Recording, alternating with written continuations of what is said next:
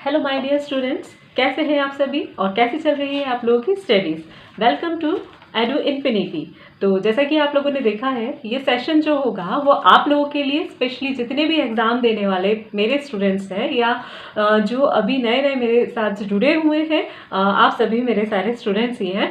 तो जो भी मेरे स्टूडेंट्स ये देख रहे हैं और जो नए हैं वो भी देख रहे हैं, तो ये उनके लिए भी बेनिफिट होने वाला है। ये वीडियो मेरे सारे एग्जामिनर्स स्टूडेंट्स के लिए हैं और जो एग्ज़ाम में अपीयर हो चुके हैं, क्योंकि हुआ क्या है कि अब ये जो मंथ चल रहा है तो एग्ज़ाम स्टार्ट हो भी गई हैं और कुछ बच्चे हैं जो पेपर डिस्कस करते हैं और काफ़ी उनकी जो फीलिंग्स हैं वो सारी शेयर करते हैं और क्या उन्हें फील होता है जब वो एग्ज़ामिनेशन हॉल में प्रेजेंट होते हैं और एग्ज़ाम देने के लिए वो रेडी होते हैं। तो उनके साथ काफ़ी कुछ चीज़ें हैं जो मेंटल लेवल पे होती हैं और वही मेंटल लेवल जो होता है उनको फिजिकली भी कहीं ना कहीं अफेक्ट करता है। तो ये सेशन मैं लेकर आई हूँ बस उन्हीं सारे स्टूडेंट्स के लिए, क्योंकि होता क्या है कि जब अगर हमें कुछ टिप्स मिल जाए या फिर कोई हमें प्रॉपर गाइड कर दे, तो ये जो नर्वसनेस जो बताते हैं मेरे सारे स्टूडेंट्स, ये इतना कुछ रह नहीं जाएगा नर्वसनेस। तो चलिए फिर आगे हम डिस्कस करते हैं कि how to overcome with exam fear. होता क्या है कि एग्ज़ाम फियर एज सच कुछ नहीं है। फियर का अगर हम डेफिनेशन ही देखें तो लैक ऑफ कॉन्फिडेंट। जब बच्चे कॉन्फिडेंट नहीं होते हैं तो ऑब्वियसली फियर होगा तो फिर ब्रेन में वही फीड करेंगे कि मुझे ये नहीं आता है, मैं भूल जाती हूँ, कॉन्फिडेंट लेवल डाउन हो जाएगा। तो कॉन्फिडेंट लेवल को बढ़ाने के लिए, है ना, कॉन्फिडेंट लेवल जब बढ़ जाएगा तो अपना फियर खत्म हो जाएगा। तो कॉन्फिडेंट लेवल बढ़ाने के लिए हमें क्या करना होगा, तो बस वही हम डिस्कस करेंगे। तो मेरा रिक्वेस्ट है उन सभी स्टूडेंट्स से, कोई भी क्लास से हो, कोई भी स्कूल से हो, आप इस वीडियो को अच्छे से देखें, अच्छे से समझें और फॉलो करें तो ज़्यादा बेटर रहेगा, है ना। चीज़ों को थोड़ा समझ लें तो और फॉलो करें तो आसान हो जाती हैं। और एग्ज़ाम को जिस तरह से आप लोगों ने इतना बड़ा इशू बनाया हुआ है, तो होता क्या है कि एग्ज़ाम है इम्पॉर्टेंट। हम ये नहीं कह रहे हैं कि एग्ज़ाम इम्पॉर्टेंट फेज़ नहीं है, एग्ज़ाम इम्पॉर्टेंट फेज़ है, लेकिन उसमें हम उसे एग्ज़ाम को ईजिली कैसे, स्मूथली कैसे क्लियर करें, या सबसे पहला तो हम अपीयर कैसे हों और कॉन्फिडेंट लेवल किस तरह से इंक्रीज़ करें, वही मैं इस वीडियो में आपसे डिस्कस करने वाली हूँ, शेयर करने वाली हूँ। तो उसमें सबसे पहला पॉइंट है हम लोगों के लिए, कॉन्फिडेंट लेवल को हम बढ़ा सकते हैं पॉजिटिव रहकर। ठीक है, जैसा कि हमें पता है कि एक पॉजिटिव थॉट होता है ना, काफ़ी स्ट्रांग होता है। हमेशा अपने स्टूडेंट से डिस्कस करती रहती हूँ, है ना, कि बच्चे पूछते हैं मैम पॉजिटिव कैसे रहें, पॉजिटिव रहने का कोशिश करते हैं और सडनली एक नेगेटिव थॉट आ जाता है। तो मैं हमेशा कहती हूँ कि, तो मैं कहना चाहूँगी उन्हीं स्टूडेंट से कि पॉजिटिव थॉट पर फोकस करना पड़ता है। नेगेटिव थॉट्स तो काफ़ी आते रहते हैं और आते ही रहेंगे, लेकिन होता क्या है कि जब एक पॉजिटिव थॉट होता है ना, वो बाकी सारे नेगेटिव थॉट को फिनिश कर देता है। तो सबसे मेन की फोकस्ड रहें, पॉजिटिव रहें और हमेशा सेल्फ एनालिसिस करते रहें। सेल्फ एनालिसिस करने का मतलब ये होता है कि अपने आप से ये सारी बातें कहना कि हमें ये चैप्टर हमें क्लियर है, ये टॉपिक मुझे आता है, मैं इसे अच्छे से कर सकता हूँ या कर सकती हूँ। ओके, तो अगर हम खुद से ही कॉन्फिडेंट रहेंगे, हमारे ब्रेन को हमें काफ़ी अच्छे अच्छे मैसेजेस फीड करने होते हैं।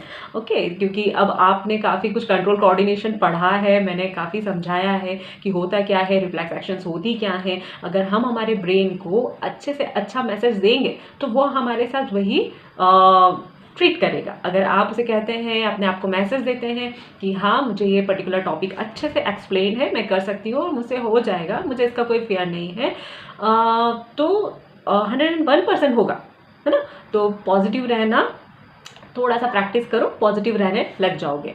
सेकंड है फोकस्ड रहना। फोकस्ड रहना दैट मीन्स क्लियर, हमारा माइंड सेट होना चाहिए कि मुझे ये पर्टिकुलर चैप्टर या पर्टिकुलर एक्सरसाइज या सब्जेक्ट मुझे इससे प्रैक्टिस करना है, दैट मीन्स करना है। और एक अपना खुद का एक टाइम टेबल चार्ट बनाइए कि मुझे इतने दिन में ये चैप्टर कंप्लीट करना है ना। तो ये फोकस्ड होता है, और फोकस्ड हो तो आप प्रैक्टिस कर पाओगे।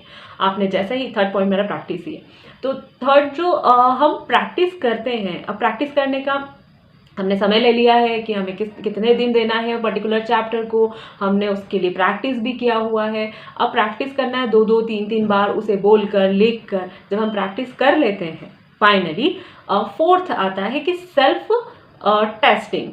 हम कितना भी स्कूल में, क्लास में जब हम टेस्ट देते हैं, हमें नंबर्स आते हैं, हम क्या नंबर्स से अपने आप को एनालिसिस करते हैं कि हमें 80 में से कितना आया, 10 में से कितना नंबर दे दिया, तो हमें पता है या हम इस टॉपिक को कर सकते हैं, या हमारा कॉन्फिडेंस लेवल हम उस पर डिपेंड करते हैं कि नंबर कितने मिले हैं। तो कोई टीचर आपको नंबर दे, उससे बेटर है कि अगर हम सेल्फ पढ़ते हैं। यहाँ पर उन बच्चों के लिए सबसे ज़्यादा बेनिफिट होने वाला है ये वीडियो जो खुद से पढ़ते हैं और कहीं कोचिंग नहीं जाते हैं।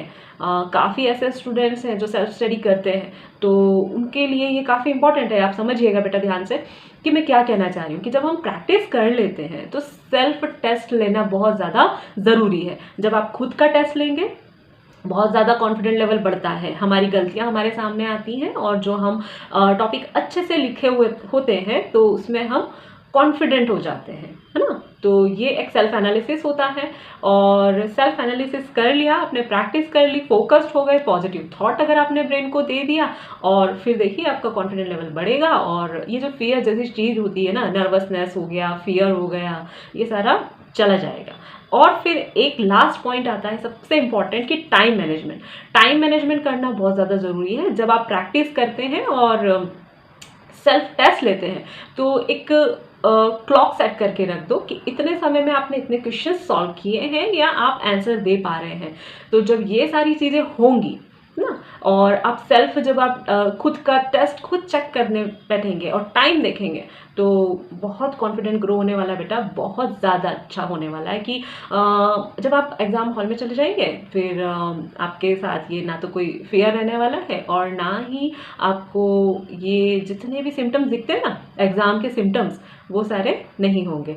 अगर ये कुछ 5 पॉइंट आप लोगों ने अच्छे से फॉलो कर लिए हैं, और मेरी बातों को ज़रा ध्यान से सुनिए, और फिर से इसे एक बार देखना, वीडियो को डबल आराम से वॉच करना, ताकि मेरे हर वर्ड आपको कहीं ना कहीं यूज़ आएंगे और बेनिफिट रहेगा मेरा ये वीडियो आप लोगों के लिए।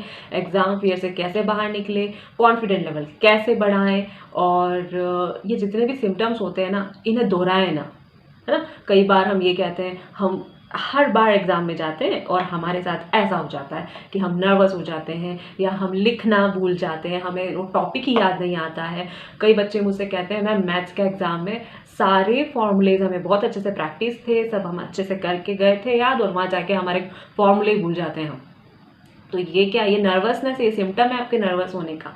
ओके, तो जब हम कॉन्फिडेंट लेवल बढ़ा लेंगे, पॉजिटिव रहेंगे, माइंड को एक फ्रेश और पॉजिटिविटी के साथ अच्छे थॉट देते हैं, तो हमारा कॉन्फिडेंट लेवल बढ़ता है, और ये सारे फियर, जो नर्वसनेस है, ये सब चला जाएगा।